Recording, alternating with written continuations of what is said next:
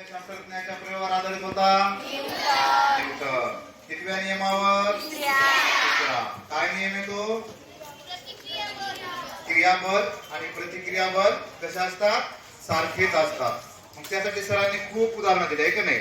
Carrom बोर्डचं उदाहरण असेल, वाऱ्याचं उदाहरण असेल, पोहण्याचं असेल, असे वेगवेगळे उदाहरण दिले. एवढंच कशाला? आपण समजा परिपाठाला रांगेत उभा राहतो आणि सर म्हणतात चला रे रांगेमध्ये वर्गामध्ये. त्यावेळेस काय होतं?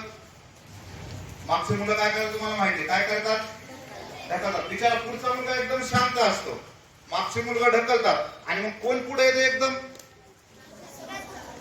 कोण? पुढचा मुलगा पुढे येतो. सरला वाटतं अरे हेच गडबड करायला काय की. पण गडबड कोण केलेली असे तुम्हाला माहिती आहे का नाही? ज्यांनी गडबड केली तिथून पुढचे सगळे स्थिर राहतात, पण कोण पुढे येतो? एकटा. आणि दोघा तिघा जणांनी गडबड केली असेल तर प्रयोगामध्ये बघूत आपण काय होतं नेमकं. किती जणांनी गडबड केल्यावर किती जणांवर त्याचा परिणाम होतो. चला तर आजच्या प्रयोगाचं नाव आहे प्रतिक्रिया बल.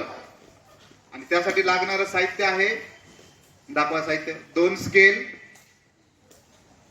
त्यानंतर एक सारखी कॉइन. काल मी तुम्हाला सांगितलं 10 रुपयाच्या आणा, 5 रुपयाच्या आणा, 2 रुपयाच्या आणा, 1 रुपयाच्या आणा, नवीन नाणं निघालं 20 रुपयाच्या आणा. कोणतेही कॉइन घेऊन या, पण कॉइन काय असले पाहिजे? एकाच प्रकारचे कॉइन असले पाहिजे. कोणतेही कॉइन वापरा, एकाच प्रकारचे. या ठिकाणी 6 कॉइन आहेत, 2 मोठ्या स्केल आहेत. बरं, आपल्याकडे एक प्रयोगशाळा पण आहे. या प्रयोगशाळेमध्ये सुद्धा वेगवेगळे प्रयोग आहेत. असं एक साहित्य आहे, हे सुद्धा न्यूटनच्या 3ऱ्या नियमावर आधारित साहित्य आहे. तुम्ही जर मानव विकासाच्या दुसरी प्रयोगशाळा पाहिली असेल, मोठी प्रयोगशाळा, त्या प्रयोगशाळेमध्ये सुद्धा हे साहित्य होतं. चला विज्ञान वारीमध्ये सुद्धा आपले काही मुलं गेले होते पुण्याला, आयुका येथे. त्या आयुकामध्ये सुद्धा तुम्हाला हे साहित्य बघायला मिळणार आहे. त्यानंतर परभणी येथे काही मुलं आले होते पाहायला. कृषी विद्यापीठामध्ये कोण आलं होतं पाहायला आपल्या इथलं? कोण नाही पाहिले? ओके. तिथं सुद्धा एक मोठ्या प्रकारची एक प्रयोगशाळा, जवळजवळ 40-50 म्हणजे किती कोटीची व्हायली माहित नाही, ते बघायला लागेल. ती प्रयोगशाळा सुद्धा इतकी नंबर 1 तशी प्रयोगशाळा आपल्या आजूबाजूला कुठं नाहीये.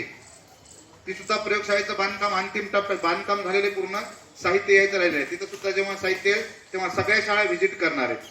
तर त्या ठिकाणी सुद्धा असं न्यूटनच्या गतिविषयक नियमाविषयी सुद्धा वेगवेगळे प्रयोग असणार आहेत. चला तर आपण प्रत्यक्ष या ठिकाणी प्रयोगाला सुरुवात करूया. आपण या ठिकाणी 2 स्केल घेतलेल्या आहेत.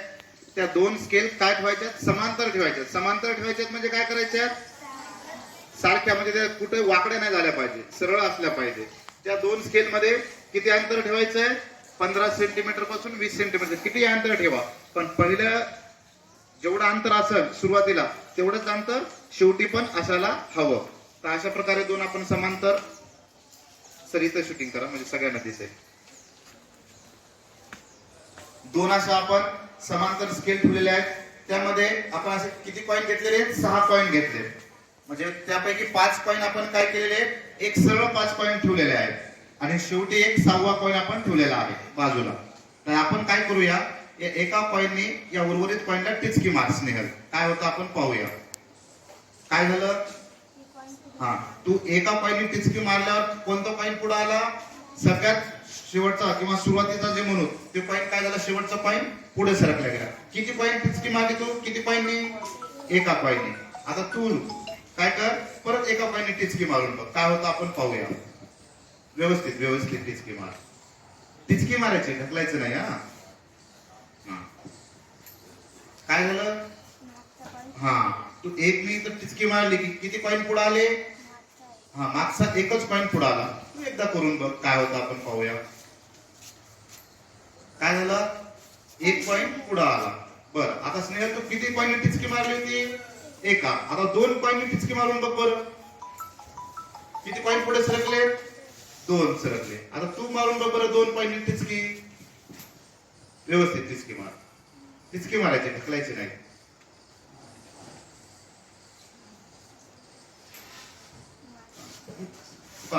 कॉइन ढकलले की प्रयोग आपला सक्सेस होणार नाही. टिचकी मारायची. आता हे 2 कॉइन आहे. किती कॉइन टिचकी मारली? 2 कॉइन. किती कॉइन पुढे सरकले गेले? 2. तू मारून बघ आता 2 कॉइन टिचकी.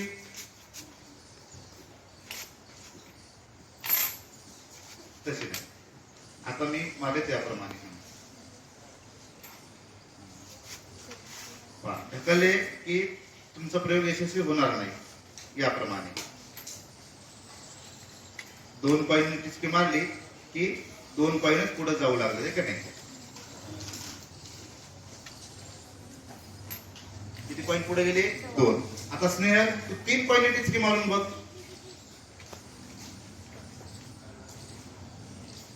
असं टिचकी मारायची। 3 कॉइन टिचकी मारली की किती कॉइन पुढे गेले? 5।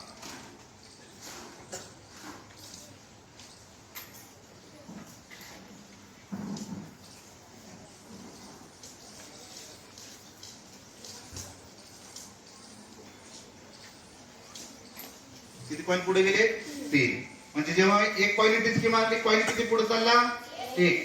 2 कॉइन टिचक्या मारल्यावर कॉइन 2। 3 कॉइन टिचकी मारल्यावर 3। आता 4 कॉइन टिचकी मारले 4 कॉइन पुढे नाहीये, म्हणून तुम्ही काय करू शकता? या ठिकाणी 6 कॉइन घेतले, तुम्ही 7 कॉइन घ्या, 8 कॉइन घ्या, 9 कॉइन घ्या, कितीही घ्या, तुम्हाला हाच अनुभव काय प्रत्येक वेळेला येईल। म्हणजे काय केलं? कितीने क्रिया केली? तर एका कॉइनने क्रिया केली, आपल्या प्रतिक्रिया किती कॉइनची मिळाली? 1। 2 कॉइननी क्रिया केली, किती कॉइनची प्रतिक्रिया मिळाली? 2। 3 कॉइननी क्रिया केली, किती कॉइनची प्रतिक्रिया मिळाली? 3। तसंच हा पण प्रयोग आहे, पण हा या ठिकाणी तुम्हाला दाखवता येणार नाही। का दाखवता येणार नाही? कारण की खाली वरी झालेले सरळ एका रेषेत पाहिजे। जर एका रेषेत असेल तर तुम्ही इथं 1 कॉइन असं टिचकी मारली की बाकीचे 4 तिकडे काय होतात? ढकलतात आणि शेवटचा एकच पुढे जातो। चिटकलेले पण पाहिजे, यामुळे हे प्रयोग या ठिकाणी तुम्हाला दाखवता येणार नाही, पण अशा प्रकारचं साहित्य आपल्या प्रयोगशाळेमध्ये सुद्धा आपल्याला पाहायला मिळेल।